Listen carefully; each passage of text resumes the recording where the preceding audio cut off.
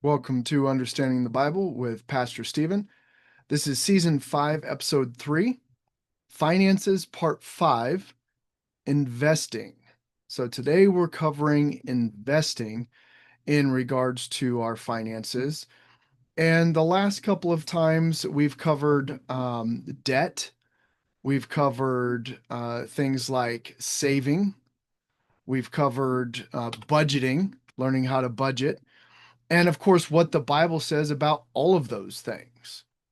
So, what we want to cover today is just going to be strictly investing. All right, let's get to it.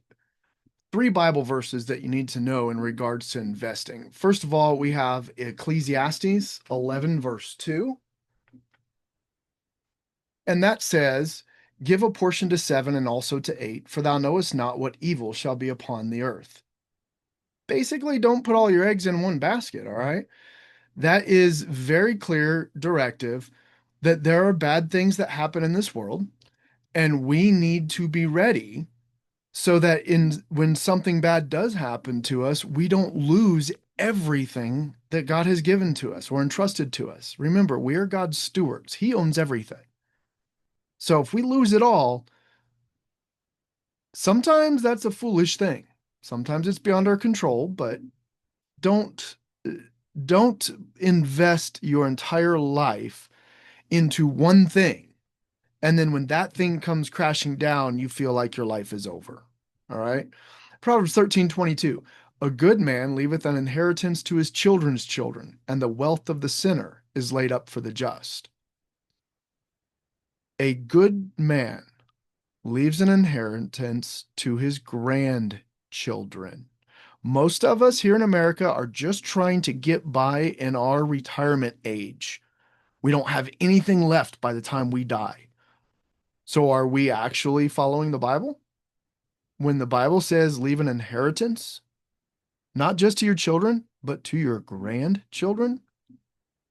Why do we not teach finances to help people be able to leave an inheritance like the Bible says? Matthew 25:27. Thou oughtest therefore to have put my money to the exchangers, and then at my coming I should have received mine own with usury. Now, this is not a parable about money. But Jesus, when he told this parable, made it very clear that the concept that people were well aware of in that time was that you double your investment or triple your investment. And if you can't, you at least put your money in the bank so that you get some interest. That's what he means by putting your money to the exchangers.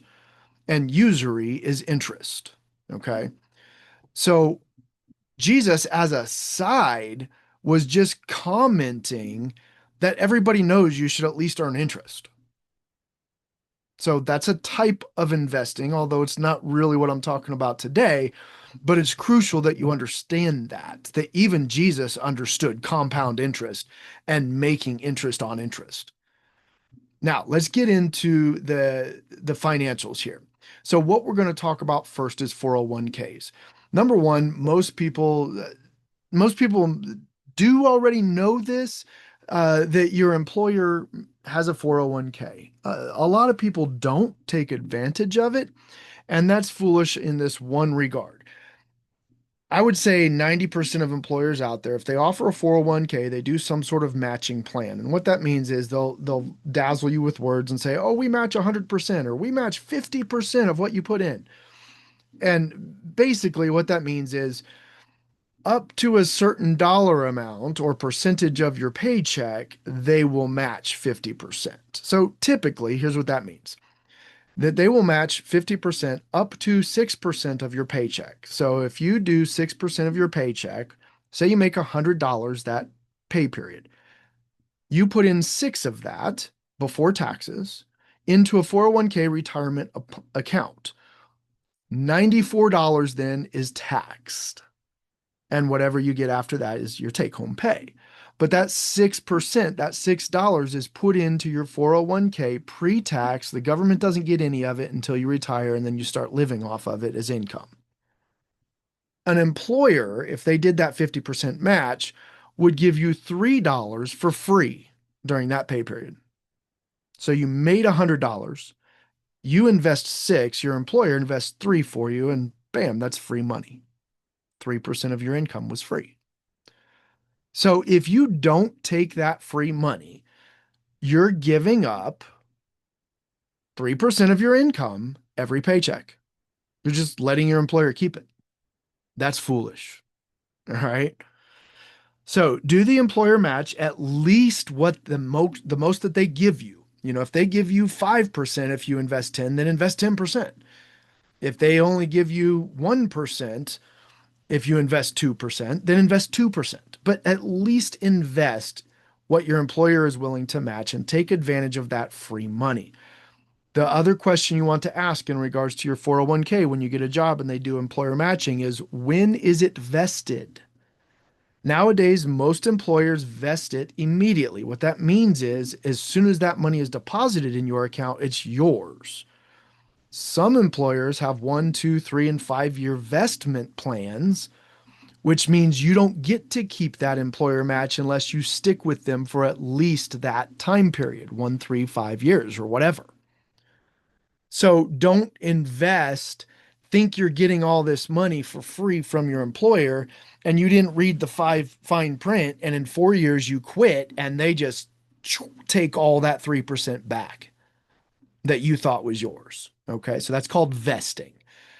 But your goal when you do your 401k honestly should be a minimum of 10% of your income. Because if you do that from the age of 20 until the age of 62, when you can retire, or the 65, whatever, that's 40 years of investments. 10% of your income from 40 years is a lot of freaking money. Okay. So if you can do 10 or 20%, you definitely should. And then just make that your life goal. From now on, I'll always do whatever this amount is. So what I did when I started over and when I was 33 was I invested the 6% minimum. Then after like two paychecks, I was like, yeah, let's bump it up to seven. And I bumped it up to seven. Took a couple of paychecks at seven, it didn't really hurt me at all. So I bumped it up to eight. I did that over a course of a year and a half, I believe, and I got it up to 20%. For about 2 years, I was doing that. Now I'm back down to the 6% because I just can't afford it. I've got kids, they're older, expenses have gone up. I had to buy a car, stuff like that. So I'm back down to my 6%.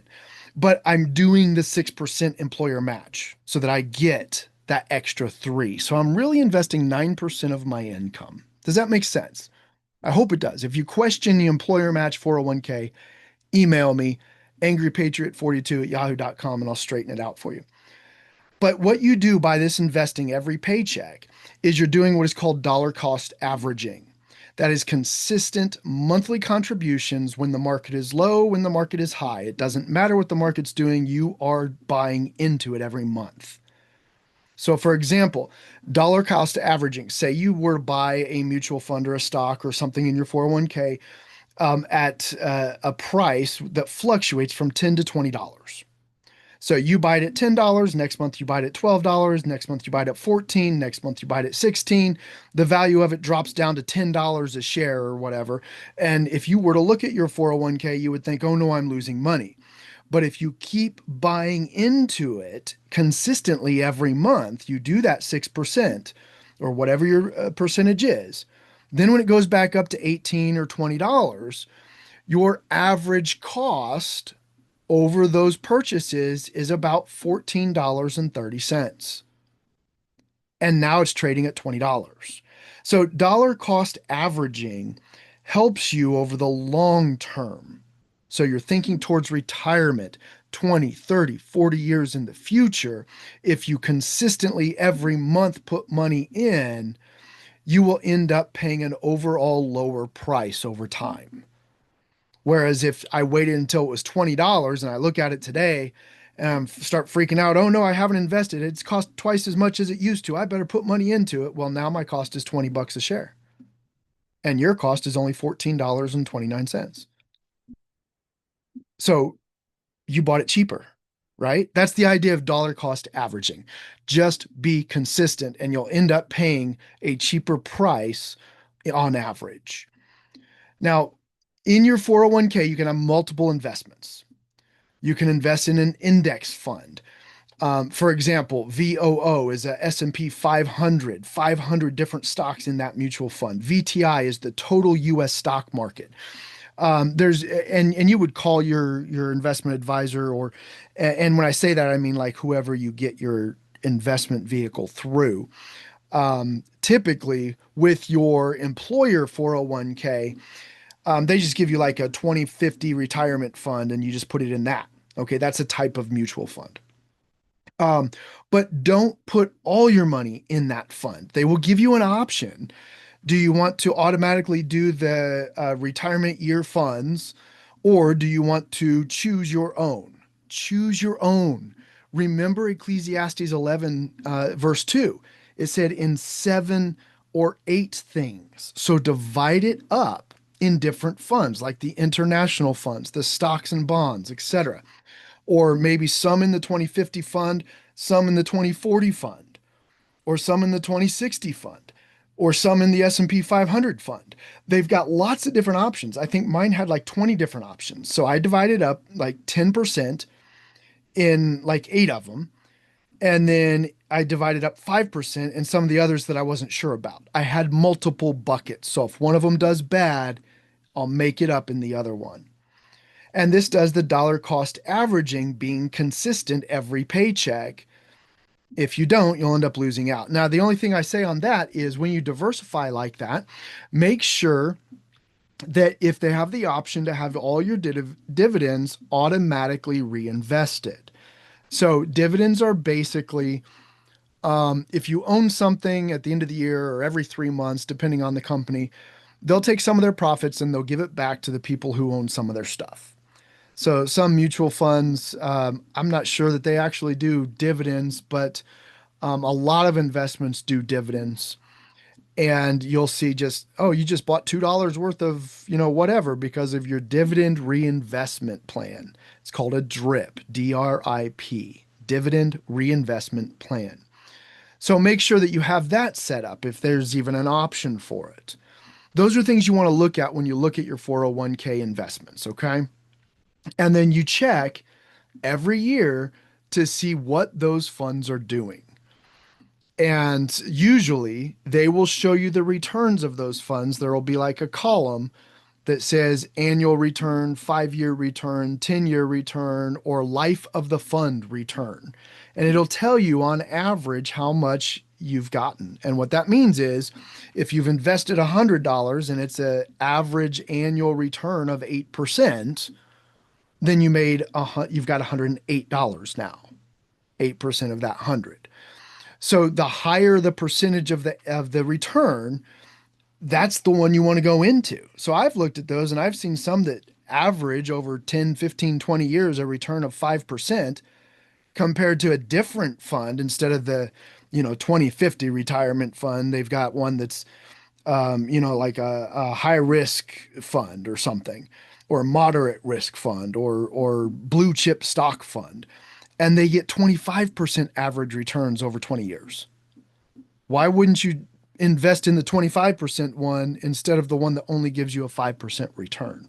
So you've got to look at your 401k on an annual basis. That's what I would recommend when it comes to these things. And then when you quit your job or when you find a new job or they fire you or whatever, make sure that you open up your own IRA. That's an individual retirement account, either with your bank or with Fidelity or Charles Schwab or whatever. I prefer Fidelity. They have less fees than Charles Schwab, but one of those big name banks that are FDIC insured and everything. You want a bank that's reputable, that's big enough that they've got millions of dollars and investment advisors all over and a free 800 number that you can call and get advice on. Okay. USAA does pretty good with their advice, but I use Fidelity. But my point is, if you open up your own IRA, that's an individual retirement account, when you quit a job, you can roll over your job 401k into that IRA that you have opened up and manage your own stuff instead of relying on your old job to take care of things for you. So I've had like three different 401ks. I had one through Wells Fargo. I had one through Pizza Hut years ago when I worked for them, and I had one through well, the Army. They did the TSP, and then I had one through General Dynamics when I worked for them teaching flight school. So I've over the years transferred all four of those into my Fidelity IRA, individual retirement account. And now I've got all my money in one spot and I can see it all and diversify and handle it myself. So, an IRA, you have two types, traditional and Roth. You want the traditional for your 401ks, but you should have a Roth as well. That's an after tax. Roth is ROTH. That's after tax funds. What that means is when you get your paycheck, you've already had the 401k taken out for your your employer match and all that stuff, right? But then you take maybe 50 bucks, maybe 100 bucks a month of your cash that you brought home and put it into a Roth IRA. Here's why that's important. The IRS allows you to do that up to $7,500 per year maximum. And that is after tax funds that grow tax free. So you've already paid your income tax on it. Say you put $100 a month. Okay. You've paid income tax on that. It was already taken out of your paycheck. So it's your $100 cash. So this type of fund allows it to grow and invest. And I'll help you out with that here in just a minute. But it helps you to invest tax free. And because it's already been income taxed, when you retire at age 65 and you take money out of that Roth IRA, it is not counted as income because you've already been taxed on the income. The 401k, your regular traditional IRA, when you take money out at 65, this came out before taxes when you were working on your paycheck. The 401k was automatically deducted. The government didn't get its cut yet.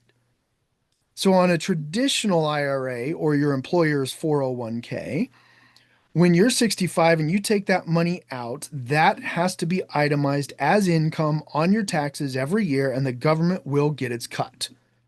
A Roth IRA is different. They don't tax any of it.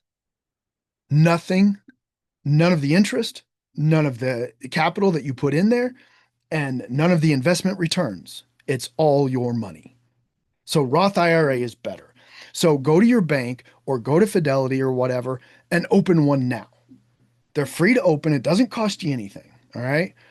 Set up a monthly deposit, make it part of your bills that you're obligated to pay. Now you can only do this if you're married, filing jointly, and you have less than $242,000 annual income. That's for 2026. So the yearly max that you can put in is $7,500 or $625 monthly. It's just a bank account, okay? It sits there and earns interest unless you invest it, as we've discussed on the 401k and things like that. So choose several things. Remember that Ecclesiastes 7 to 8 baskets to put your investments into. Buy different mutual funds, buy individual stocks, Google them, okay? What mutual funds should I invest in? Index funds. You want to diversify. So S&P 500. Vanguard will come up. They typically have the lowest fees. Most investment fund fees are like at the end of the year, they take 0.1% or 0.01% of whatever you invested with them. Vanguard typically has the lowest. However, you could do individual stocks like I do. Now, that depends on your strategy and level of expertise. But if you're talking a retirement fund, a Roth IRA, then you're thinking long term. So you probably want to pick blue chip stocks like Walmart, McDonald's, GE, stocks with long-term value that give dividends and are things that millions of Americans rely upon. So 40 years from now, that company will still be here. I'm not saying that you invest in those. You should definitely research it and figure it out for yourself what you think you should invest in. And that shouldn't be the only thing you invest in. You should do a mutual fund, but plan for it to sit and accumulate for a minimum of 10 years. These are long-term things. So here's what it will look like. If you invest 625 per month for 20 years and you just left it in a 4% savings account, high yield savings account in your Roth IRA, in 20 years you would have $230,000. If instead you put it in a mutual fund like the VOO or VTI, one of those Vanguard S&P 500 funds, and you earn an average of 8% returns for 20 years, instead of 230,000, you'll have 371,000.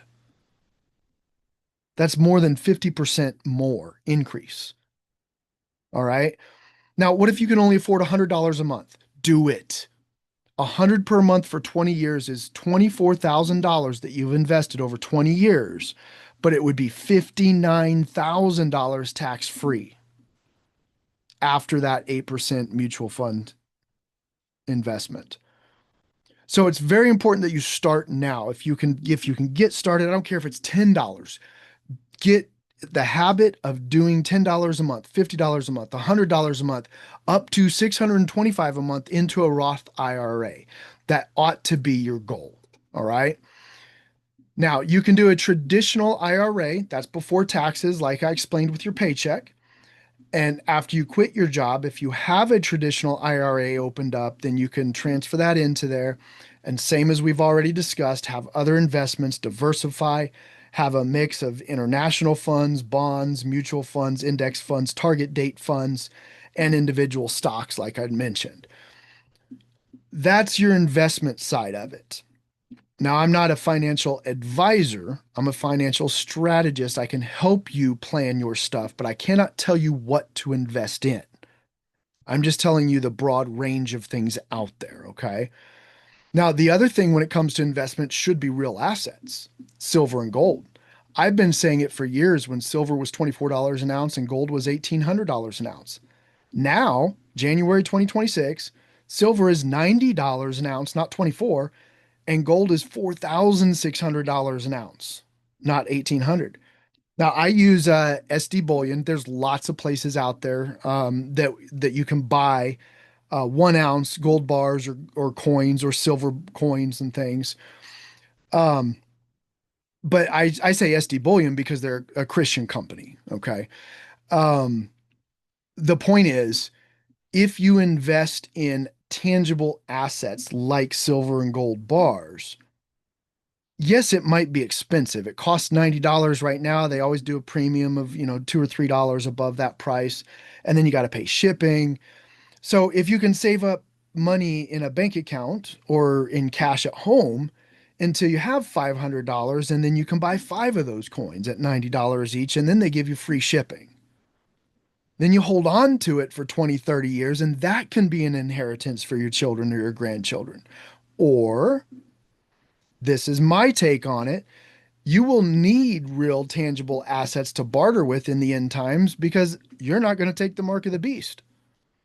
Remember Revelation 13:16 through 18, it says, "And he, the Antichrist, caused all, both small and great, rich and poor, free and bond, to receive a mark in their right hand or in their foreheads, and that no man might buy or sell, save he that had the mark, or the name of the beast, or the number of his name. Here is wisdom. Let him that hath understanding count the number of the beast, for it is the number of a man, and his number is 666, 666." Long story short, I don't believe the rapture is a valid biblical teaching. I've already done podcast episodes on that. You'll have to go check them out if you're interested. But I believe that we will be here during the 7 year tribulation. 3.5 years of plenty and the consolidation of powers, the Antichrist coming to power with his kingdom of 10. And then bam, at the 3.5 year mark, he's going to desecrate the temple, declare himself God, and force everyone to have this mark in the hand to buy things. What are you going to do? Now, granted, they might be hunting you down, or you might be in a job where they immediately arrest you for refusing to take the mark. I don't know. But I'm just saying, when you look at this, if you are to survive, you're going to need to buy food, right? What are people going to take? Probably silver and gold. It'll be a black market, right? If you don't have the mark of the beast. So that's something that I think about because I'm kind of a prepper mentality and I try and look at the Bible when I think of those things, preparing for the future, right? The other thing you might want to have is real land. Remember First Chronicles 4:10, and Jabez called on the God of Israel, saying, "Oh, that thou wouldest bless me indeed and enlarge my coast." Literally, give me more land, and that thy hand might be with me, and that thou wouldest keep me from evil, that it may not grieve me. And God granted him that which he requested. Now I pray that God will allow me to buy some significant land, but right now I just have the land on the house that I'm living in is on. So, I don't really have land, but I am praying to God that he will enlarge my coast, allow me to purchase land, because that is something that, I mean, think of Abraham and Isaac and the nation of Israel and all of those. Uh, Land is something that God gave us to take care of, and it will provide for you. So that's an important piece of asset to have. And it always goes up in value because there's more people on the earth and more people want a place to live, right? Then the other thing you should have is tools and skills to use that will help people. So again, trading things of value instead of paper money. I had a chiropractor in Indiana that literally helped people in exchange for painting his house. He did weekly chiropractic care for his landscaper instead of exchanging money. Some poor people even brought him food on a few occasions. And then lastly, you're going to need bullets and guns to protect what you have. Now, I've covered this already. I'm not going into that, but here's a summary. God expects a good man of the house to protect his people and his possessions from thieves. One of the 10 Commandments is, thou shalt not steal. That right there implies that there's an effort to going into taking what somebody else has, which it's all throughout the Bible. It's very clear that we are stewards of God's possessions and that we are to take care of them and increase our wealth in our household, because you are required to provide for your household, to be generous, to help the poor, and to leave an inheritance for your grandchildren. This can't be done if you don't accumulate things and wealth and valuable property. And you cannot do what the Bible says about increasing your wealth, taking care of the poor, being generous to others, and leaving an inheritance if somebody steals it from you. Now, Jesus himself taught his disciples to buy a sword and know when to use it. I'm going to spout off some Bible verses here, so write these down if you want to look them up. These are some of my favorite verses that clearly show violence is the answer biblically sometimes. Psalm 144, verse 1, Psalm 149, the whole chapter, Exodus 15:3, Proverbs 24, 5 through 12, John 2:15, and Luke 22:36. And I've taught on this before. Now let's move on. After-tax investments. Here's a couple to think about. Brokerage accounts. Open up your own brokerage account to dabble in the stock market if you have extra cash. Remember, short-term capital gains taxes are bad. So do not buy something and sell it in less than a year, or you're going to pay a lot of your profits to the government. Hold things for more than a year. Investment in crypto. Now, this is something I do with Robinhood. It's like $5 a week or something in various cryptos. But possibly this is going to be used in the future by the Antichrist, one world currency and all that. So this means it may be cryptocurrency, may be the only thing of value for buying things when the governments of the world start getting rid of cash and going to a one world currency. So if you invest in some of it now, before the Antichrist comes to power, that could be the only thing that transfers real wealth. Paper money won't matter. Digital money won't matter. It'll only be the cryptocurrency that the world is starting to use. So that's my opinion. So I do a little bit in there, right? Then you can invest for your kids, minor accounts. You can do a 529 for college. It's any sort of education, so trade schools and things like that as well. You can do a custodial brokerage account, a universal transfer to minor account, UTMA. You can do an IUL, an indexed universal life policy, which allows greater flexibility in borrowing from themselves, from the policy, by creating a permanent life policy for them while investing some of the proceeds. And when they're old, they won't need to purchase life insurance. And when they die, it'll be worth tons of money for their kids. So again, your grandkids. And then, of course, you need cash reserves for whatever the current market is. So here it is, all at a summary. As a summary, this is what the Bible says. Adam, and I shouldn't say just the Bible because I'm talking about current 401ks and stuff like that, but practical use of the principles in the Bible. At a minimum, if your employer offers a 401k plan, take advantage of it and get their free matching money. Open a Roth IRA if you have any money left over every month. Just get it open and set up an auto deposit of whatever you can afford every month, up to $625 a month. Purchase silver bullion an ounce at a time and keep it safe. Develop a skill and purchase the tools necessary to use that skill to help other people in a barter economy. Save and invest your money elsewhere. Cash at home, under the mattress even. A savings account, minor accounts for your kids, life insurance policies, etc. Do not hoard your stuff. Find a balance and do not forget to enjoy the life God has given you. Remember, King Solomon was the wisest person to have lived, and he wrote down in Ecclesiastes 5:18 and 19, "Behold that which I have seen, it is good and comely for one to eat and to drink, and to enjoy the good of all his labor that he taketh under the sun all the days of his life, which God giveth him. For it is his portion. Every man also to whom God hath given riches and wealth, and hath given him power to eat thereof, and to take his portion, and to rejoice in his labor, this is the gift of God." You don't hoard. You need to be generous. You need to take care of your household. You need to prepare for your future. You need to prepare for the future of your children. You need to prepare for the future of your grandchildren. But on balance with all of that, you also need to enjoy the life that God has given you. Do not eat, drink, and be merry, for tomorrow you die, and not care about the world or the future. But when you have taken prudent steps to foresee evil and prepare for it, as Proverbs states, and to save and invest for the future, and to take care of your household, then you should also budget money to eat, drink, and be merry, and enjoy the riches and wealth that God has given you. Ecclesiastes 5:19, this is the gift of God. I say moderation in all things. That is not a biblical statement, but it is a biblical principle when you look at how God teaches us to handle our finances. So thank you for listening, and until next time, keep searching for truth.